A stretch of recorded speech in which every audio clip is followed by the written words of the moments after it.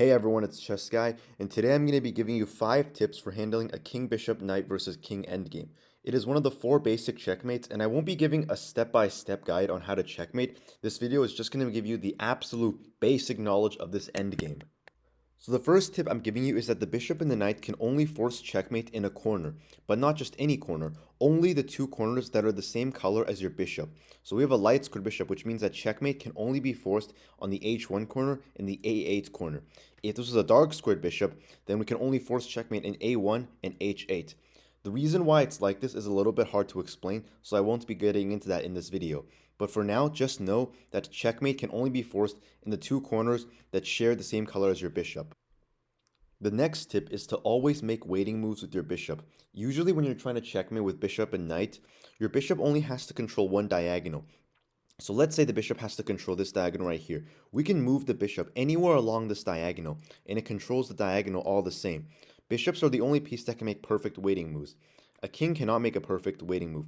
If we shift over our king here, it controls a different set of squares than if it was over here. So we use king to make waiting moves only if we need to change the squares that it controls. A knight can never make a waiting move.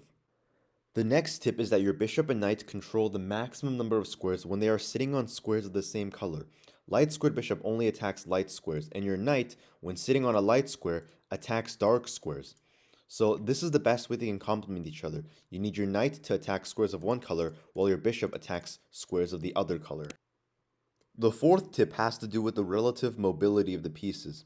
Now, of the 3 pieces, your king is the most powerful, but it's also the most limited in range. It can only move 1 square. So when you're trying to checkmate, you should always lead with your king, followed by your knight, and followed by your bishop, which has an unlimited range. The fifth and final tip will be about defending. When defending against knight and bishop, you should first try to stay in the center. When the attacker forces you out of the center, you should go to the wrong corner and try to stay there. This forces the attacker to force you towards the right corner, which is the only way they can checkmate you. So that's it for the 5 basic tips for a bishop and knight endgame. If you would like to see a more in-depth guide on how to checkmate with this pair of minor pieces, put it in the comments and I'll definitely make a video for that. If you enjoyed the video, like and subscribe, and I'll see you in the next one.